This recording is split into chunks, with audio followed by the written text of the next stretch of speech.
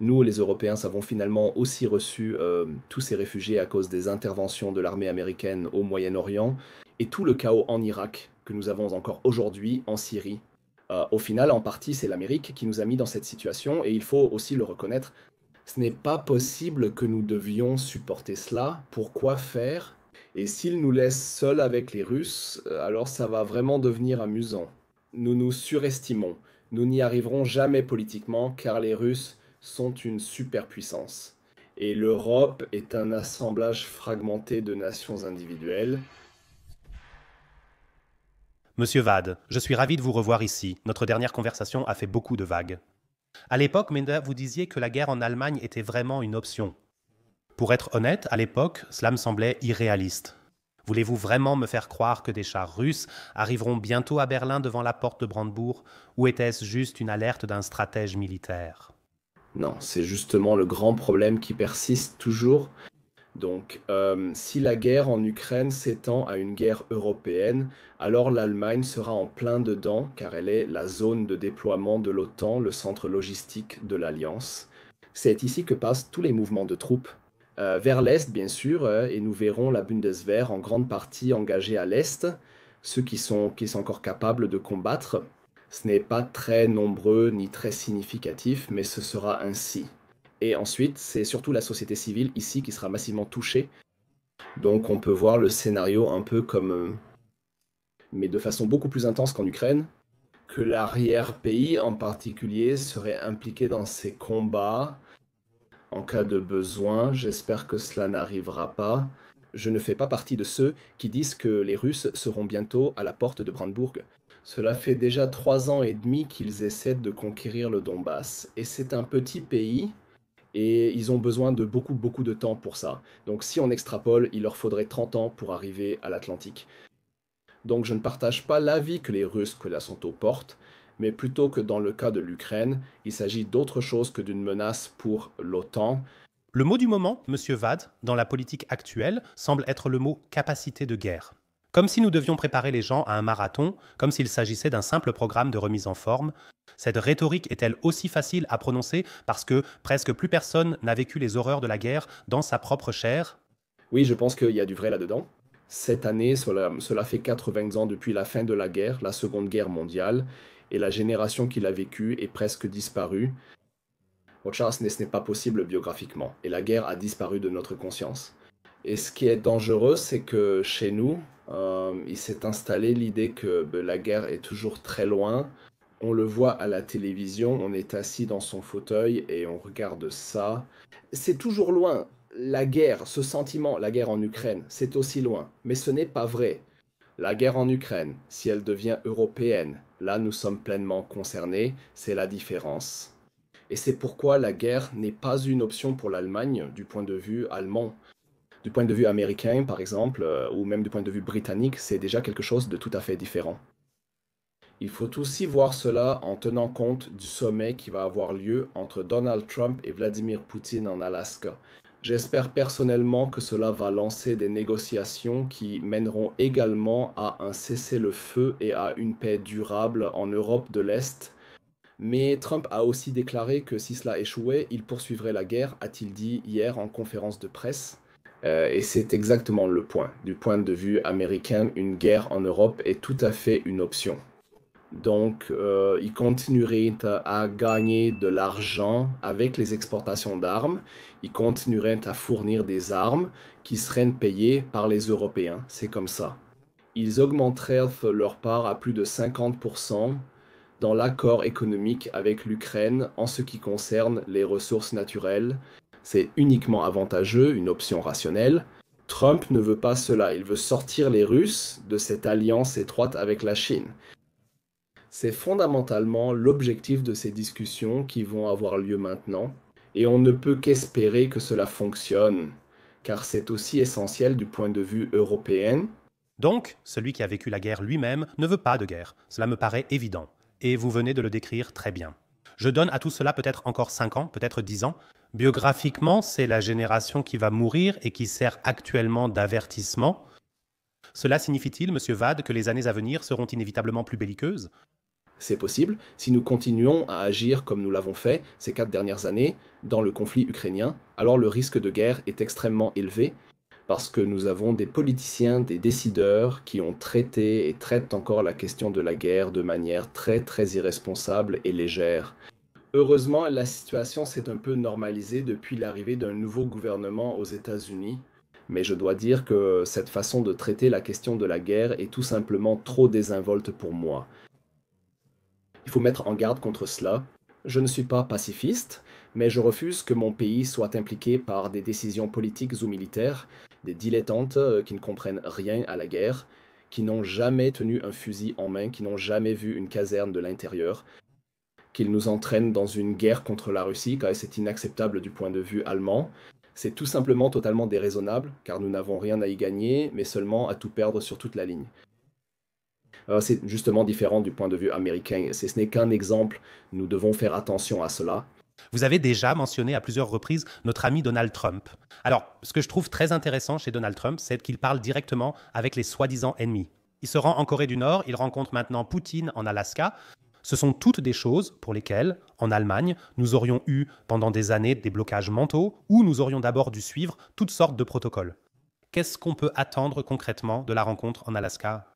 Il faut attendre de voir. Eh bien, je veux dire, Donald Trump lui-même a relativisé les attentes ici, dans ses récentes déclarations à la presse. Mais c'est une première étape. Et il montre surtout que les maîtres du processus, c'est-à-dire ceux qui décident de la guerre et de la paix, sont en Europe, les États-Unis et la Russie. Et c'est comme ça. On peut s'y opposer et le critiquer, ou peu importe, mais ce sont les faits. Donc, seuls Washington et Moscou prennent les décisions concernant la guerre et la paix, point final. C'est donc aussi logique que ces deux puissances communiquent. Et c'est ce qu'elles font depuis des mois à tous les niveaux, sur tous les canaux. Donc, de la Maison-Blanche au Kremlin, des états-majors de l'armée jusqu'aux services de renseignement. Alors que nous, les Européens, et surtout nous, les Allemands, sommes jusqu'à présent très fiers de ne pas parler avec Poutine. Je trouve ça désastreusement mauvais, en fait. Et en ce sens, j'aimerais que ce sommet permette peut-être de définir les conditions cadres pour de futures négociations auxquelles les Européens, mais aussi Zelensky et l'Ukraine, devraient également participer. Trump n'a pas non plus exclu que cela puisse être un point de départ. Ce sommet pourrait vraiment devenir historique, un peu comme la rencontre entre Ronald Reagan et Mikhail Gorbatchev, par exemple. En 1988, cela a mis fin à la guerre froide lors de la rencontre à Governor's Island, près de New York. Et cela a finalement mis fin à la guerre froide. Cela a le potentiel que cela se produise aussi en Alaska, mais il est encore trop tôt, on ne peut pas le prévoir. Cela peut être le début de quelque chose de nouveau, ou bien la fin. Les Américains diront, très bien, Européens, continuez à livrer des armes à l'Ukraine, nous vous en fournirons aussi, mais c'est à vous de payer. Regardez donc comment vous allez vous débrouiller avec les Russes, c'est ce que Trump a déjà communiqué. Euh, je ne peux que souhaiter aussi pour la sécurité européenne que les Américains réussissent en Alaska. Diriez-vous, Monsieur Vade, que Donald Trump est un fin stratège ou plutôt un joueur de génie dans ce contexte ? Il est un peu comme un lièvre qui ne court jamais tout droit, qui fait constamment des zigzags et qui laisse tous les autres sauter dans le vide. Oui, mais je dois dire clairement qu'il est déjà quelqu'un de très imprévisible et qu'il est difficile, je dirais, à cerner. Mais même lors de son premier mandat, il a réalisé cette réconciliation d'Israël avec les États arabes. Il a conclu ses accords d'Abraham. Il avait également pris en main le dossier iranien maintenant. Il a mené ce raid militaire avec les Israéliens. Oui, mais il a limité la guerre. Il a négocié en parallèle et il continue de négocier. Et il cherche aussi à parvenir à un accord avec l'Iran. Et il a laissé une grande empreinte au Moyen-Orient, il faut le dire. Les Européens peuvent parler pour ou contre Gaza, peu importe, mais ils ne participent tout simplement pas à la prise de décision. Et s'il réussit avec la Russie à mettre fin à cette guerre en Ukraine sans solution militaire, du point de vue occidental en tout cas, qui soit satisfaisante, s'il peut mettre fin à cette guerre et parvenir à un accord avec les Russes, d'une manière ou d'une autre, tout en tenant compte bien sûr des préoccupations de l'Ukraine et des États européens. Il veut aussi le faire, donc il aura accompli quelque chose de grand, malgré son imprévisibilité, je le sais. De nombreux autres hommes politiques européens sont moins imprévisibles, mais restent inefficaces et sans impact. Les Européens sont aussi complètement hors jeu. Donc le jeu se joue maintenant entre Moscou et Washington, et même la présidente de la commission n'est plus partie prenante dans ce jeu. Elle n'était même pas présente lors de la partie de golf en Écosse. Elle a seulement pu rester à côté et écouter ce que le président américain voulait. Donc l'Europe n'est pas un acteur en matière de politique de sécurité, c'est assez évident. Nous n'avons jamais été aussi dépendants militairement des États-Unis qu'aujourd'hui, et politiquement aussi. C'est tout simplement comme ça. Et quand on regarde en arrière, c'est toujours Moscou et Washington qui décident de ce qui se passe en Europe. Et c'était déjà comme ça il y a 4-20 ans. À la fin de la Seconde Guerre mondiale, à Yalta, Staline et Roosevelt ont principalement décidé de l'avenir de l'Europe. Et à la fin de la guerre froide, c'était Ronald Reagan et Mikhail Gorbatchev. Et maintenant, ce sont peut-être Trump et Poutine. Mais au fond, en ce qui concerne l'Europe, nous devons sortir de ce rôle, mais je ne vois aucune possibilité. Et dans une certaine mesure, je suis aussi content que ce ne soit pas à Berlin ni à Paris, et encore moins à Londres, que l'on décide de la suite des événements en Ukraine. Avant de poursuivre, Monsieur Vade, je dois vous avouer quelque chose. Quand vous avez annoncé un nouveau livre il y a quelques semaines, j'ai pensé, oh non, encore un livre sur la guerre. Je l'ai lu et c'est vraiment impressionnant. Il est rédigé en dialogue avec Klaus von Dohnanyi. Pour ceux qui ne le connaissent pas, cherchez-le sur Google. Figure emblématique du Parti social-démocrate d'Allemagne, 96 ans. Il a lui-même été témoin de la guerre et a participé à la Seconde Guerre mondiale comme officier. Et on a l'impression d'être littéralement assis à table avec lui. On écoute deux esprits expérimentés discuter de guerre, de paix et de politique de puissance. Je dois juste afficher brièvement le livre ici. Dites-nous en quelques phrases, quelle est la leçon principale de ce livre que chaque spectateur devrait retenir aujourd'hui ? Impossible à résumer en une phrase. Parler avec Klaus von Dohnanyi fut une expérience fascinante pour moi. Nous nous sommes rencontrés et appréciés lors du débat sur l'Ukraine et nous sommes également d'accord sur de nombreux points. Mais il a bien sûr un parcours biographique tout à fait différent, un parcours professionnel différent et un contexte personnel différent. Il a aussi 30 ans d'écart entre nous, donc il appartient vraiment à une autre génération qui a également vécu la guerre de manière directe. Et c'était tout simplement une conversation fascinante sur la guerre et la paix que nous avons menée librement. C'est cela que j'ai surtout apprécié. Je veux dire, avec certaines déclarations, on pouvait imaginer que cela susciterait ensuite d'incroyables critiques et que cela ne plairait pas à certains ni à d'autres. Mais c'était aussi, quelque part, une conversation d'hommes libres, et je suis heureux qu'il y en ait encore. Je m'inclus un peu là-dedans, on n'est jamais totalement libre, mais quand je pense à la dépendance de nombreux experts, à la fiche de paix sur laquelle ils figurent et pour qui ils travaillent, s'ajoute aussi la politique partisane. C'était vraiment une excellente conversation sur la guerre et la paix, ainsi que sur les développements actuels en matière de politique de sécurité. Il y avait beaucoup d'histoires, mais pas seulement. C'était donc un va-et-vient entre l'actualité et le passé, mais très instructif. Cette conversation m'a vraiment beaucoup apporté et j'espère que certains lecteurs apprécieront aussi le livre. Définitivement, il fait 140 pages. Il est écrit de manière très très accessible, avec de très larges marges, et je l'ai dévoré en 2 heures et demie. Je peux donc le recommander à 100%. Monsieur Vade, plus je vieillis, plus je me demande, cette politique étrangère basée sur des valeurs dont on parle tant, a-t-elle vraiment existé ? Nous prétendons défendre la morale, mais nous attisons les conflits à travers le monde. Livrons des armes et nous étonnons ensuite de l'arrivée de réfugiés chez nous. Comme un phénomène naturel. Est-ce que cela n'a toujours été qu'une étiquette pour imposer des intérêts très durs ? Eh bien, cette politique étrangère fondée sur les valeurs était aussi très confortable pour l'Allemagne. Nous n'avons jamais été, ne sommes pas et ne serons plus les architectes des relations internationales. À cet égard, nous étions mieux lotis que, par exemple, les Américains, ou même les Chinois, ou d'autres nations qui agissent même réellement en fonction de leurs propres intérêts. Et dans les relations internationales, il ne s'agit pas principalement de valeurs, mais avant tout d'intérêts. Et les valeurs et les normes sont bien sûr importantes, y compris les normes du droit international, mais au final, il ne s'agit que de politique d'intérêt. Klaus von Dohnanyi a d'ailleurs écrit il y a quelques années un excellent livre sur les intérêts nationaux. Et ce que nous, les Allemands, devons aussi apprendre, c'est simplement que nous devons avant tout voir nos propres intérêts dans notre action en politique étrangère. Ce n'est lié ni à l'égoïsme ni au nationalisme. Mais quand je vois cela, même lors de la guerre en Ukraine, cela est devenu très évident. Nous voulions aller à fond, beaucoup d'entre nous aussi, jusqu'à envisager une intervention militaire pour l'Ukraine, n'est-ce pas? Et c'est très honorable, mais bien sûr, cela ne correspond pas à ce qu'on devrait faire au niveau international. Car avant tout, il faut défendre son propre pays et ne pas pratiquer cet altruisme politique. Lors de la dernière législature, cela allait déjà trop loin pour moi.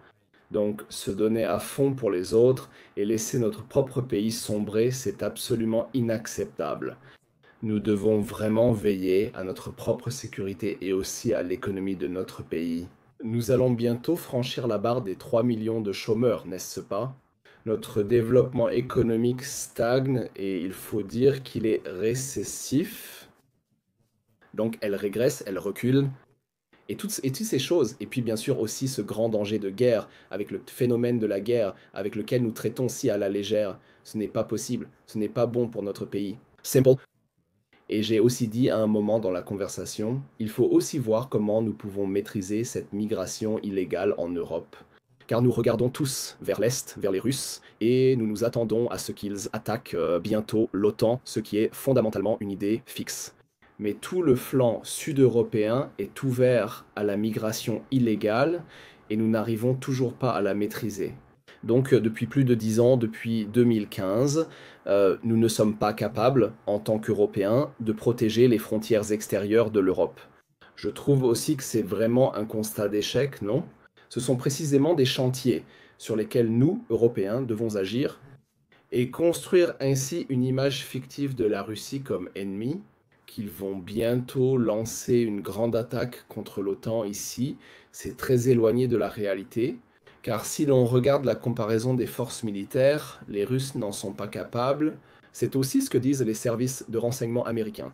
L'évaluation globale des services de renseignement américains est également la suivante. Poutine n'en a ni l'intention ni la capacité. Il faut le préciser face à toute cette hystérie que l'on observe ici en Europe. Alors, je dois dire, oui, c'est vraiment, vraiment mauvais et cela ne peut qu'être critiqué. Récemment, Monsieur Vade, j'ai souvent entendu cette idée en parlant à de nombreux politiciens. Les guerres détournent efficacement l'attention des problèmes internes du pays. Vous l'avez déjà suggéré plusieurs fois. En Allemagne, l'économie, la migration et l'éducation sombrent. Y a-t-il du vrai dans l'idée que cette guerre est artificiellement prolongée, que tout le processus de paix est délibérément saboté pour que les gens ne prêtent pas attention à ces problèmes internes? Oui, c'est un bon point. Donc, on a en quelque sorte besoin de cette guerre sur le plan économique. Je veux dire, les Russes, dans une certaine mesure, en ont aussi besoin. Ils sont passés à une économie de guerre et ils gagnent plutôt bien avec leur gaz et leur pétrole. Et ils ont aussi une reconnaissance internationale. Au final, même cette rencontre en Alaska montre clairement que Poutine n'est pas en train de sombrer dans l'isolement ni au bord de l'effondrement. Pour l'amour de Dieu, ils en sont loin. Économiquement, la guerre peut en fait stimuler l'économie, et c'est justement ce qui est dangereux au final. Certains économistes allemands pensent aussi actuellement, en changeant de cap, donc en passant de la production automobile à la production de drones et de chars de combat, et quoi qu'il en soit, on pourrait donner des impulsions à l'économie qui stagne chez nous. C'est en partie vrai, donc l'armement peut donner des impulsions, mais le calcul simpliste, c'est si cette guerre éclate, nous serons en plein dedans, et alors tout ce qui nous est cher et que nous voulons défendre sera détruit ici. C'est cette position géopolitique et géographique dramatiquement mauvaise de l'Allemagne au centre de l'Europe. D'ailleurs, c'est un sujet dans la politique de sécurité internationale depuis 500 ans, et nous devons vraiment faire attention à ne pas nous retrouver dans une situation où le centre de l'Europe devient à nouveau un terrain de lutte pour des puissances étrangères, comme pendant la guerre de 30 ans. À la fin, il ne restera rien. Alors, soyons prudents. Cela inclut la force militaire, donc nos forces armées doivent être prêtes à intervenir. C'est tout à fait juste, aucun agresseur extérieur n'osera même nous attaquer ici. Et si nous avons donc besoin d'une nouvelle version de la dissuasion militaire qui soit efficace et aussi convaincante. Cela, nous ne l'avons pas non plus. l'inspecteur de l'armée de terre a déclaré publiquement que la Bundeswehr était démunie au début de la guerre en Ukraine. Aujourd'hui, grâce à nos livraisons d'armes à Kiev, elle est plus démunie que jamais. Et il nous faudra des années pour être à nouveau prêts à nous défendre. Et si c'est le cas, je trouve ça absolument déplacé quand les politiciens traitent la question de la prochaine guerre avec autant de légèreté et disent nous devons nous y préparer, devenir résilients, rendre la société apte à se défendre, et ainsi de suite. Et ils en paient aussi le prix, si l'on regarde les études empiriques, les sondages, 16% défendraient l'Allemagne, le cas échéant, les armes à la main. C'est très triste, mais c'est aussi cette, disons, interprétation élargie de ce que signifie la défense de l'Allemagne. L'Allemagne défendait encore l'Hindu Kush il y a quelques années, mais ce n'est plus d'actualité. Puis au Mali, maintenant, beaucoup veulent que cela se passe sur le Dniepr et un jour dans l'Indo-Pacifique. Mais c'est justement aussi une évolution négative. Donc la mission constitutionnelle de nos forces armées est la défense de notre pays. Et puis il y a aussi l'obligation de paix de la loi fondamentale, c'est-à-dire que nous ne parcourons pas le monde pour soi-disant instaurer la paix avec des troupes. Les anciennes puissances coloniales peuvent peut-être mieux vendre cela dans leur tradition, mais ce n'est pas la base d'action des forces armées allemandes ici en Allemagne. Je dois vous lire rapidement une citation tirée du livre. Les Américains sont prêts à mener la guerre sur le sol européen, mais pas chez eux.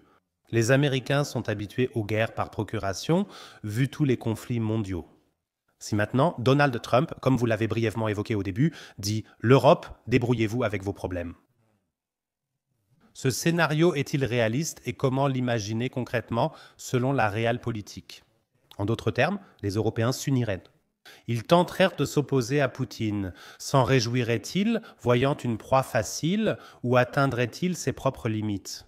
Il y a tout de même de nombreux États en Europe. Je pense qu'il n'y aura pas de grande...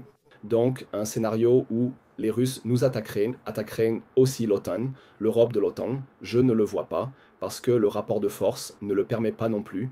Donc, ils n'obtiendraient pas une victoire rapide. Et la majorité de leurs forces sont également engagées en Ukraine. Et cela restera ainsi dans les prochaines années. Ils ne seront donc pas libres prochainement et devront garder leurs forces sur place pour le contrôle et la sécurité. Une guerre d'agression de l'OTAN est aussi impossible faute de base commerciale. Mais ce qui peut arriver, c'est que Trump n'ait plus envie. C'est son genre, après tout. Du type européen, vous livrez des armes sans vouloir discuter avec les Russes. L'Alaska, si ça tournait mal, il dirait « Gérez vos problèmes, moi je m'occupe de la Chine et du reste du monde ». Et quoi qu'il en soit, là, on serait vraiment dans le pétrin, pour être honnête. Et je veux dire, ce pétrin avec l'Ukraine, ce sont surtout les Américains qui nous l'ont causé. Il faut l'admettre, en examinant l'histoire avant la guerre, c'était cette insistance massive sur l'élargissement de l'OTAN à l'Est, l'intégration de l'Ukraine dans l'OTAN, ainsi que celle de la Géorgie. Je l'ai vécu professionnellement, principalement sous les gouvernements avant Trump. Trump veut corriger cela. Je pense aussi que c'est juste et que cela aurait dû être fait depuis longtemps. Mais s'ils nous laissent qu'un seul avec le chaos qu'ils ont eux-mêmes créé, c'est un peu la même chose qu'en Afghanistan ou en Irak ou en Libye ou en Syrie. Nous, les Européens, avons finalement aussi reçu tous les réfugiés à cause de ces interventions de l'armée américaine au Moyen-Orient. Et tout le chaos en Irak que nous avons encore en Syrie, au final, c'est en partie l'Amérique qui nous a mis dans cette situation et il faut aussi le reconnaître. Et il n'est pas normal que ce soit à nous d'emporter le fardeau. Pourquoi faire? Et s'ils nous laissent seuls face aux Russes, alors là, ça va vraiment devenir amusant. Je vous le dis, on va complètement se surmener. Nous n'y arriverons jamais politiquement parce que les Russes restent tout de même une puissance mondiale. Et l'Europe est une composition fragmentée de nations individuelles où il manque aussi la volonté politique ainsi que les capacités de leur résister durablement. De toute façon, la question de la guerre nous occupera longtemps et j'ignore à quoi ressemblera l'Europe dans quelques années, mais vous avez raison. Ce scénario de guerre détourne l'attention de nombreux sujets. Donc, au moment où nous serons en guerre avec la Russie, en tant qu'Europe, nous n'aurons plus qu'un seul sujet, et pas les 100 autres chantiers sur lesquels nous nous disputons et débattons chaque jour. Donc il faut vraiment éviter cela. Et en ce sens, je souhaite à Trump de réussir, qu'il parvienne au moins à établir le cadre en Alaska pour d'éventuelles négociations futures avec la participation des Européens. Car ces points que l'Europe soulève concernant la guerre en Ukraine sont justifiés, donc on pourrait aussi, l'adhésion de l'Ukraine à l'OTAN, donc sous certaines conditions, pourrait tout à fait être acceptable pour les Russes dans certaines circonstances. L'Allemagne réunifiée a aussi rejoint l'OTAN. Et nous avons réglé cela en disant qu'il n'y aurait pas de troupes de l'OTAN, pas de quartiers généraux, etc., dans la partie orientale de l'Alliance.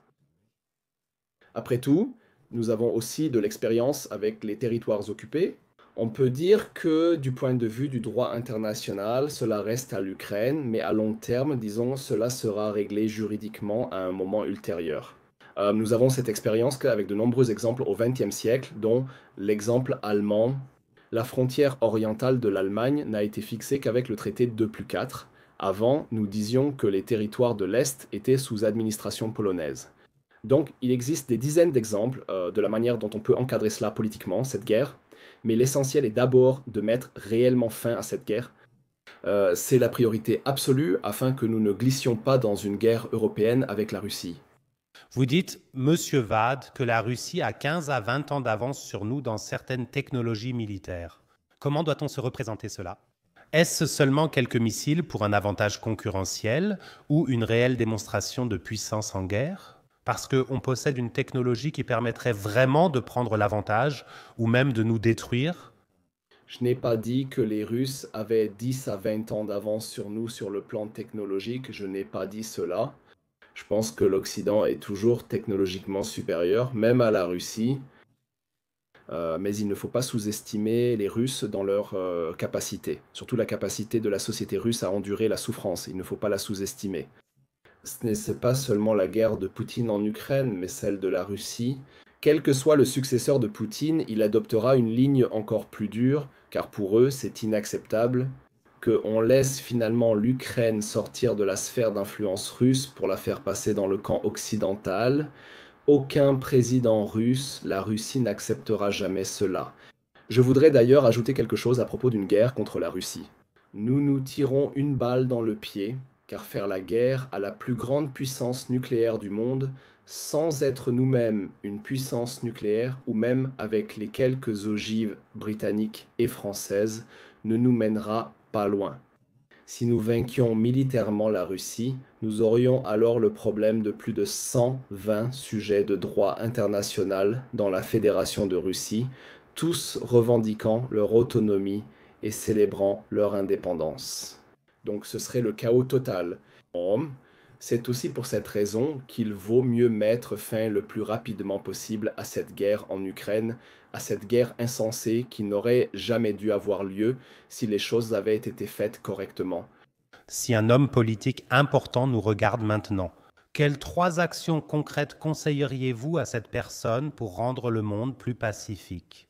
Je pense qu'il est important que nous, en tant qu'Européens, nous nous impliquions dans ce qui est en train de se passer en Alaska. Donc si Trump et Poutine parviennent à établir le cadre pour de futures négociations de cessez-le-feu et pour une paix plus stable, notamment en Europe de l'Est, nous devrions y participer et apporter nos contributions européennes, ce que nous faisons déjà. Les chefs d'État et de gouvernement européens sont également tombés d'accord sur certains points qui sont importants dans la guerre en Ukraine et que lors des négociations suivantes, on parvienne finalement aussi à un accord avec les Russes sur le plan politique.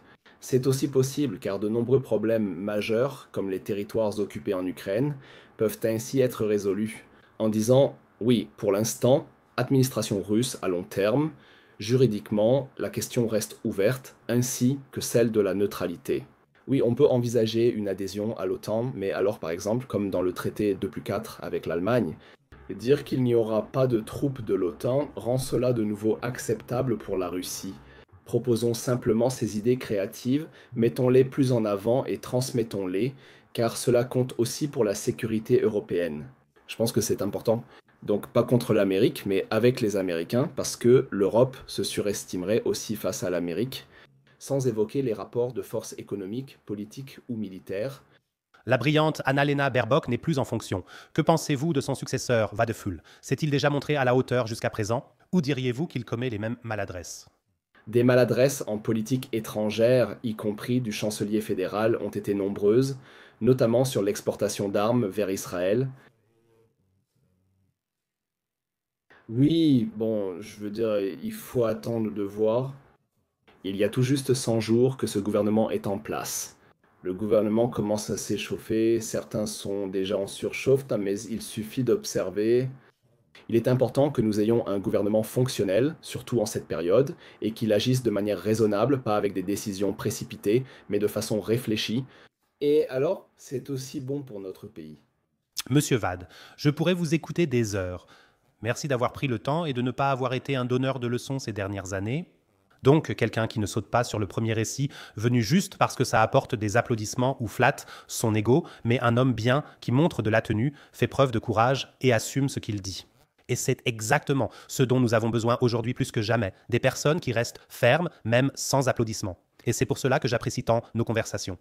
Continuez à construire des ponts et restez non conventionnels, je vous souhaite le meilleur. Ouais, merci beaucoup, monsieur Azaoui, je fais de mon mieux.